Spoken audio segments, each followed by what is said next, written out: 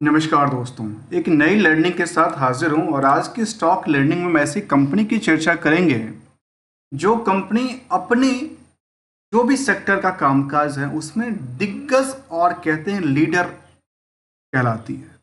Company का नाम है ई मुद्रा और इसमें जहां तक देखा गया कंपनी को लेकर के कंपनी जहां पे आईटी कंपनी के तौर पे बाकी सारी कंपनी में है, तो इनका जो मेन काम है वो है सीसीए को लेकर के। एक सीसीए है, सर्टिफाइंग अथॉरिटी ऑफ इंडिया। इसके अंदर कुछ सर्टिफाइंग किया जाता है, खास करके वेबसाइट्स को लेकर देखा जाए या इलेक्ट्रॉनिक सिग्नेचर को लेकर देखा जाए, ऑथेंटिकेशन को लेकर देखा जाए। इसका मेन जो लीडरशिप की बात किया जाए तो इस तरह की कंपनी इस जो बाकी कंपनियां हैं इसमें लीडरशिप है उसकी देखा जाए, इस तरह की कंपनियों में जहाँ पे विशेंस हैं, कैप्रिकॉन्स जैसी कंपनी है। इसके अलावा देखा जाए तो सैनेक्स जैसी कंपनी है, वहाँ पे ये मुद्रा एक बड़ा नाम है जिसमें पे किया ऑथेंटिकेटर के मामले में देखा जाए, जहाँ पे इंटरप्राइजेज पे पीकेआई की देखा जाए, ट्रस्ट सर्विसेज को लेकर देखा जाए, सिंपल शब्दों में समझा जाए तो कहते हैं हम लोग डिजिटल सिग्नेचर सर्टिफिकेट ऑथोरिटी जो इसको इशू करने वाले ऑथेंटिकेटेड हैं, जिसमें ई सिग्नेचर की अंदर ही आती है, चाहे रिमोट साइन सिग्नेचर सोल्यूशन की बात किया जाए या वर्क फ्लो सोल्यूशन की बात किया जाए। इसमें एक लीडर है जिसका काम है डिजिटल सिग्नेचर सर्टिफिकेट इशू करना, और वेबसाइट्स के लिए जो कि सीसीए वगैरह सब होती है ना, जो वेबसाइट में अप्रूवल की जरूरत होती है, वेरीफाइड को लेकर के, अलग अलग वेरिफिकेशन को लेकर, एसएसएल सर्टिफिकेट को लेकर के, इनका काम का इस तरह से देखने को मिला, जहाँ पे एसएसएल टीसीएल सर्टिफिकेट की बात करती है। इसके अलावा कहते हैं कि IMM सर्टिफिकेट है, बिकम इसकी जो कि आप इसमें इसके साथ जुड़ सकते हैं और कामकाज कर सकते हैं। मेन काम क्या है? ऑथेंटिकेटेड को लेकर के मार्केट में लिस्टेड है तो कंपनी का कारोबार क्या है? कारोबार हमने समझा कि कारोबार क्या है, ये सिग्नेचर ऑथेंटिकेशन से कामकाज करती है।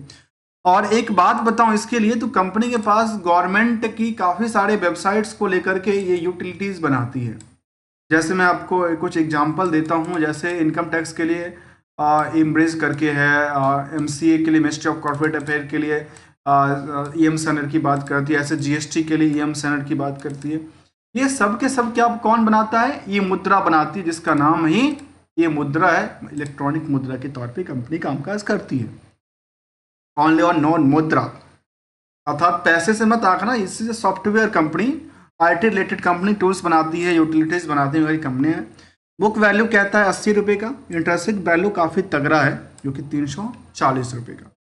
अब इस सेक्टर की जो बाकी कंपनियां हैं उसके कंपैरिजन टू यहाँ पे काफ़ी भीड़ है, ऑब्वियसली होगा, क्योंकि जिस सेक्टर के लिए काम करती है उसमें दिग्गज है, तो इसमें ऑब्वियसली डिमांड बढ़नी, जिसकी वजह से मार्केट प्राइस करीब 1000 तक की टच को निकल के आसपास पहुंच रही है, और लगातार कहते हैं हायर टू हायर को टच करके ऊपरी सतह के लिए जगह बनाने के प्रयास में है। जब अर्निंग पर शेयर की बात किया जाए तो कह सकते हैं जो 5 रुपये के बेसिस पे करीब करीब 200% की नियरली अर्निंग करती है, जहाँ प्रमोटर भी करीब 54% के आसपास होल्डिंग बना के रखी है। ROC बहुत ज़्यादा नहीं रहा है, बाकी सारा चीज़ें कंपेयर करती है। लेकिन यदि कर्ज की बात किया जाए कंपनी में, तो कर्ज बिल्कुल ही नहीं कहती है, लेकिन जो सेल्स की पार्ट हो सकता है, जहाँ पर उधार की बात किया हो, क्योंकि करंट रेशियोज काफ़ी ज़्यादा आंकड़ा दिखाती है। इसके लिए सिंपल सी फॉर्मूलाज हैं जिस पे हम यूज करते हैं R2R, जिसका नाम है risk to reconciliation, risk to divide and risk to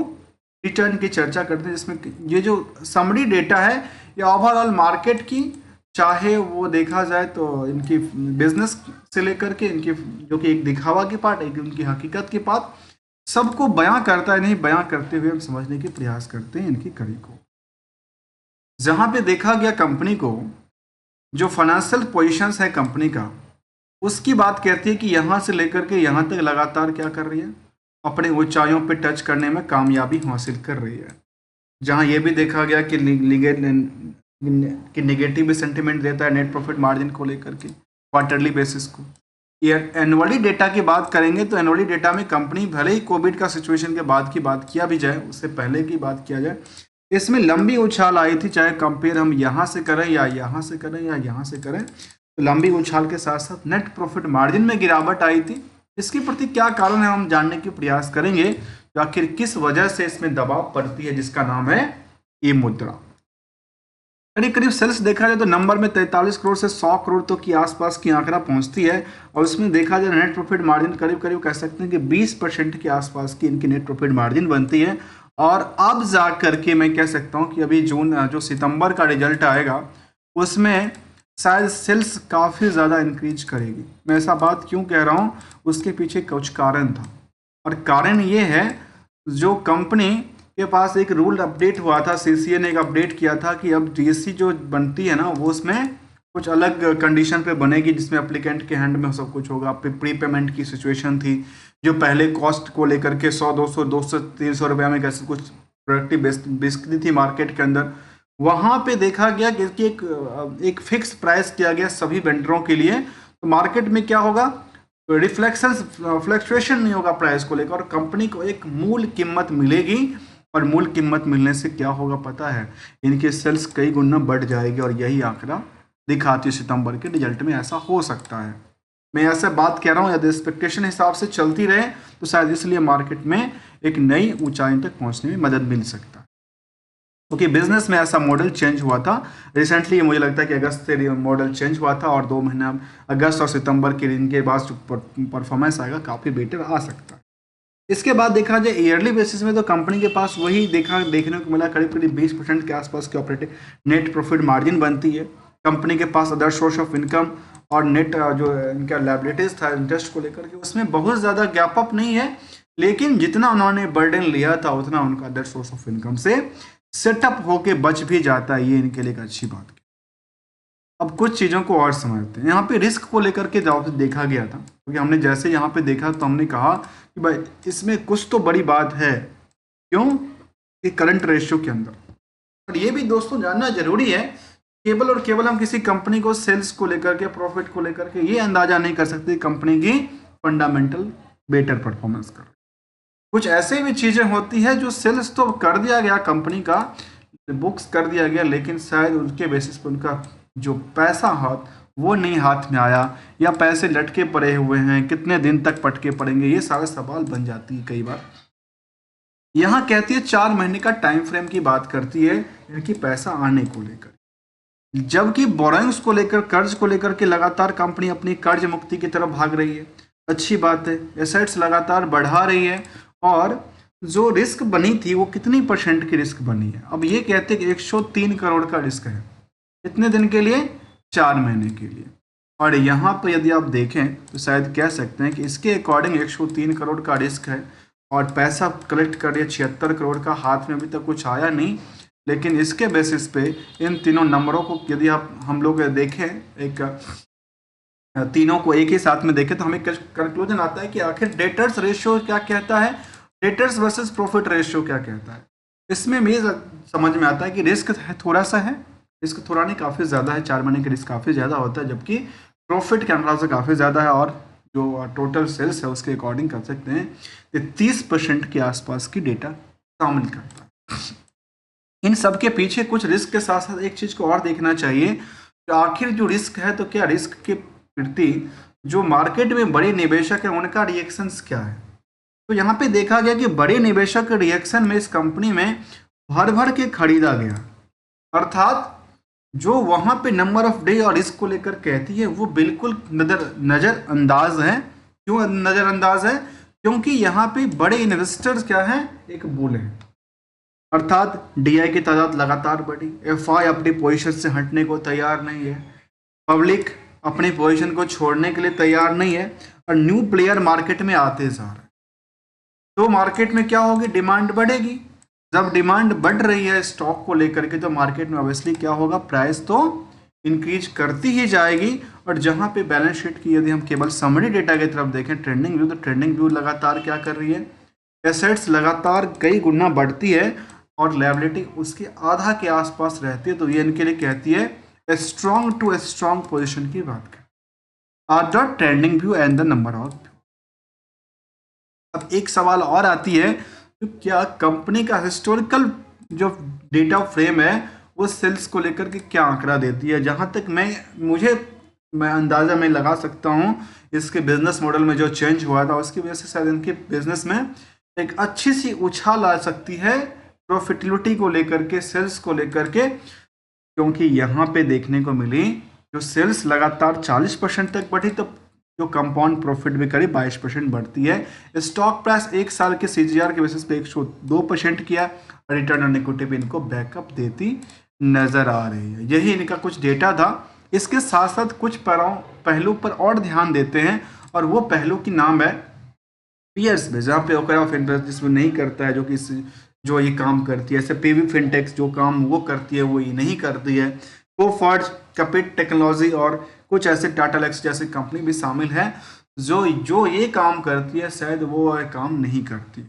हाँ, एक चीज़ की बात ज़रूर कहूँगा, यदि आप अपने लैपटॉप पे या कंप्यूटर पे कुछ यूटिलिटी वगैरह यूज करते हो तो इसकी खास करके ई मुद्रा का काफ़ी सारे यूटिलिटीज़ हैं जो कि गवर्नमेंट पोर्टल में सपोर्ट देती है, गवर्नमेंट में पोर्टल के साथ कामकाज करती है, और इस तरह के देखने डेटा निकलती है नजर। इस पर कुछ और बात कहती है कंपनी, कहती है कि 100 मिलियंस का आइडेंटिटीज इशूड किया है। इसके अलावा 2.5 लाख ट्रीज सेव्ड की बात करते हैं, जहाँ पे पेपरलेस की बात कर रही है। डॉक्यूमेंट साइन की बात, जो कि साइन जैसे NSDL भी साइन लगा, इसमें पीयर्स में कंपेयर किया जा सकता है क्योंकि उनका काम भी ई साइनिंग से, और यहाँ भी ये ई साइन करती है, जो कि डॉक्यूमेंट जो कि हम लोग हार्ड कॉपी के बजाय सॉफ्ट कॉपी में साइन करने की लायक बन सके, इसके लिए इनका काफ़ी ज़्यादा अट्रैक्शन है। इसके अलावा कहती है कि इंडस्ट्रियल एक्सपर्ट की बात करते हैं, यहाँ पे कुछ कंपनी के साथ उन्होंने कहा, अपनी GDPR की बात की, और ये सब कुछ उन्होंने अपनी कस्टमर बेस में देखने को मिली कि इनके पास जो मेन कस्टमर हैं वो हैं ये कहती है कि होम प्लस है, TCS, इन्फोसिस जैसे कंपनी भी इनके होम, टाटा का जैसे फैब जैसे कंपनी इनके क्या है, एक इनके क्लाइंट की लिस्ट में कस्टमर की बात करें, जो कि यहाँ पे डेटा को देखने को मिलती है। ये हमने कुछ ऐसा एस्पेक्ट को समझने का प्रयास किया जो कंपनी खासकर कहती है ये मुद्रा powering the digital trust of in the entire Nations, और डिजिटल सिग्नेचर को लेकर के देखा जाता है, जैसे आप OTP को लेकर देखें, जहाँ पे ऑथेंटिकेशन की बात किया जाता है, ई साइन को लेकर देखिए, सिग्नेचर को लेकर देखा जाए, जहाँ पे इंसान का इनका एक लीडर के तौर पे कामकाज करती है। अब चाहते हैं कुछ चार्ट को लेकर के क्या आंकड़ा देखा जाए। चार्ट को लेकर तो लगातार कंपनी की जो स्टॉक प्राइस थी वो भागती नजर आती है। क्यों भागती नजर आती है? इसके पीछे कारण है जिनकी जो लीडरशिप है वो लीडरशिप लगातार बनती नजर आती है और लगातार बिल्डअप हो रही है। यहाँ पे देखिए मार्केट में इंटरेस्टेड नहीं है, इंटरेस्ट नहीं है अर्थात मार्केट में क्या है, जिनके पोर्टफोलियो में है उसको बेचना नहीं चाहते, जिनके पास है और नए प्लेयर इच्छुक हैं लेने के लिए और पुराने प्लेयर बेचने के लिए रेडी नहीं है। इसलिए मार्केट में क्या हुआ, वॉल्यूम मार्केट में कम हो गया, सप्लाई क्या हुआ, कम हो गया। ऐसे ही मार्केट रिएक्शन के साथ साथ कामकाज करती नजर आ रही है। अभी इन्होंने अपने अपडेट को लेकर कहा कि इनका सर्टिफिकेशन दिया था, अभी कंप्लायंस सर्टिफिकेट की बात किया था और PPT उन्होंने अगस्त वाले में सबमिट किया था और अभी सितंबर का भी PPT आएगा कंपनी को लेकर के, जहाँ कहती है इनके अभी तक जो डेटा था उसमें कहती है फाइनेंशियल पोजीशन को लेकर देखा जाए, एविटा को लेकर देखा जाए, हमेशा वाई में 17% की आसपास उछाल, एविटा के अंदर 31% की मार्जिन, नेट प्रॉफिट में करीब 20% के आसपास की मार्जिन की बात कर रही है। और ये ऐसा डेटा उन्होंने शामिल किया है जहाँ पे इनकी कस्टमर बेस और इन्होंने क्लाइंट लिस्ट की बात किया, जहाँ पे प्लेटफॉर्म इंटीग्रेशन यहाँ पे सैप के साथ काम है था, थैल्स, माइक्रोसॉफ्ट, AWS के साथ कामकाज, TCS, इन्फोसिस, टेक महिंद्रा, कोफॉर्ज जैसे कंपनी के पास। अब कंपेयर करने के लिए इसको यहाँ से कंपेयर करने, क्योंकि वहाँ पे पीयर्स में ऐसा नाम निकल के आया था, इसलिए हमने इसको भी थोड़ा सा समझने का प्रयास किया दोस्तों। और ये सा डेटा हमने यहाँ पे देखा कंपनी को, चाहे वाई डेटा की बात की, Q डेटा की बात करी, कुछ तो गिरावट थी, कुछ में उछाल की उम्मीद किया गया था, जहाँ पे लगातार बढ़ती हुई नजर आ रही है। तो हमने इसको समझा। एनालिसिस पार्ट क्या कहती है कंपनी को लेकर, कंपनी कहती है अलग कर्ज फ्री की तरफ भाग रही है, गुड अच्छी प्रॉफिटेबिलिटी की एक्सपेक्टेशन किया जाता है, स्टॉक प्राइस CGR लगातार अच्छी परफॉर्मेंस करती है और 11 गुना मार्केट से बढ़ चुका है, जो कि बुक वैल्यू से हायर पे ट्रेड करती हुई नजर आ रही है। तो रिस्क टू रिवार्ड भी कंपनी क्या देती है अपने निवेश को, कि भले ही आज 2% चला या 2% गिरा, कोई फर्क नहीं पड़ता है इससे, क्योंकि वो मार्केट की डे टू डे की ट्रेडिंग सिस्टम्स हैं। 1% चलेगा 2% गिरेगा, ऐसा चलती रहती है, उसमें क्या करना है। इसके अलावा देखा जाए तो कहती है कंपनी को लेकर के कंसोलिडेटेड फाइनेंशियल रिजल्ट को लेकर के अपडेट आई थी, और उसमें कब की अपडेट थी इसको लेकर हम एक नज़र डालें तो शायद कह सकती कंपनी बोर्ड मीटिंग को लेकर क्या अपडेट देती। कहते हैं 29/10 को हमारा बोर्ड मीटिंग होने वाला है और इस पर हमारी ध्यान रहेगी, जैसे सितंबर का रिजल्ट आएगा, मानिए उससे पहले मार्केट सेल बूस्ट तो नहीं हो जाएगा। ऐसा सिचुएशन की बात तो नहीं बन रही, जहाँ कंपनी अपने निवेशकों को कुछ सोचती भी है। लास्ट 2-3 सालों में करीब 1.25 रुपये के आसपास डिविडेंड भी पे करती है, जो इनके लिए क्या बनाती है, गुड की बात कर। जबकि कंपनी में स्टैंडअलोन डेटा के बेसिस पे सेल्स रेवेन्यू घटा है, रेवेन्यू घटा तो ऑपरेटिंग प्रॉफिट मार्जिन घटी, नेट प्रॉफिट मार्जिन घटा, लेकिन कंसोलिडेटेड डेटा क्या कहती थी, उनमें अच्छी ऊंचाइयों पे टच करती हुई नजर आई है। जहाँ पे रिटर्न ऑन इक्विटी की तरफ देखें, जहाँ खासकर रिटर्न ऑन मार्केट की तरफ, रिस्क टू रिकंसिलिएशन रिटर्न की तरफ देखेंगे तो पिछले 2 साल में 200% की उछाल दिया, और YTD के हिसाब से इस साल की बात किया जाए तो 102% के आसपास क्या दिया है, रिटर्न बना के दिया है। ऐसा डेटा मैं नहीं कह रहा हूँ, डेटा बेस कह रही है। पिछले 5 साल में इनका परफॉर्मेंस करीब 260% की बनी है। लेकिन लिस्टिंग कब हुआ था, BSE के ऊपर यदि डेटा देखें तो BSE लिस्टिंग की बात करती है कहाँ तक, केवल 2 साल का, और वो कहती तरह से ज़्यादा, अर्थात यहाँ पे कुछ और एक्सपेक्टेशन के साथ देखा जा सकता है। यहाँ पे कह सकते हैं, ये कहती है कि 22 से लिस्टिंग हुआ था, 22 से स्टार्ट होकर के 260% की उछाल दिया है, और लगातार देखिए 6 महीने तक में लगातार एक बॉटम भी देती है, बॉटम के साथ बड़ी लंबी ऊंचाइयां भी देती है। और एक सवाल आती है, आमतौर के सवाल की तरह समझते हैं, जिन लोगों ने जब भी लिया है, मैं ये नहीं कहता हूँ आपने कब लेना है, कब बेचना है, कब खरीदना है, मैं एक गोल्डन रूल की केवल चर्चा करता हूँ, क्योंकि गोल्डन रूल सबके लिए चाहिए। पता है, मार्केट से सबको चाहिए प्रॉफिट, तो ये आशा लगा कि नहीं बेटा हमारा नुकसान होगा, तो नुकसान किसको है, तो जिन लोगों ने यहाँ पे लिया यहाँ पे बेचा उनको नुकसान, या यहाँ पे लिया और यहाँ पे लिया उनको फायदा है। आखिर ट्रेडिंग तो हमेशा होती रही है डिमांड सप्लाई के बेसिस पे, तो इसमें कौन से रूल अप्लाई करना चाहिए जिससे हम मिनिमाइज कर सकते हैं अपने रिस्क को। तो देखा जा सकता है कि खुद की फाइनेंशियल पोजीशन के अकॉर्डिंग पे कितने रिस्क फैक्टर लिया जा सकता है, 20%, 30%, 40%, एक्सपेक्टेशन कितना किया जाता है। यदि आप 30% की रिस्क ले रहे हैं तो कम से कम 60%, 80% की एक्सपेक्टेशन होती है नियर अबाउट। यदि उस टर्म के अकॉर्डिंग टर्म को देखना चाहिए, ग्रो लेवल को देखना चाहिए, आपस में दोनों को कंबाइंड करते हुए डिसीजन लेना चाहिए कि कब निकलना हो, कब हटना है। और हमेशा ध्यान रखना जरूरी है कि प्रॉफिट बुक करना ज़रूरी है, नहीं तो पता है क्या होता है, कई बार प्रॉफिट देखते देखते हम लोगों को लगता है कि अच्छा मार्केट तो यार फिर से चली गई, हम बैठे हुए थे। इसीलिए प्रॉफिट जब भी आए उसको कहते हैं भाव ही भगवान है, और इसे बिल्कुल अप्लाई करना चाहिए और करते रहना चाहिए, बार बार करते रहना चाहिए यदि अच्छी लगता हो। दोस्तों, हम किसी भी कंपनी को लेकर, किसी भी स्टॉक को लेकर के हमारी साइड से कोई भी ट्रेडिंग की बात, ना कोई एडवाइजरी की बात शामिल है, only as a learning point of view से। यदि वैल्यू एडिशंस मिलता हो तो हमारे चैनल को सब्सक्राइब, वीडियो को लाइक कर सकते हैं। मिलते हैं कुछ नई स्टडी के साथ, न्यू कंपनी के साथ। तब तक के लिए enjoy and thank you so much for joining here.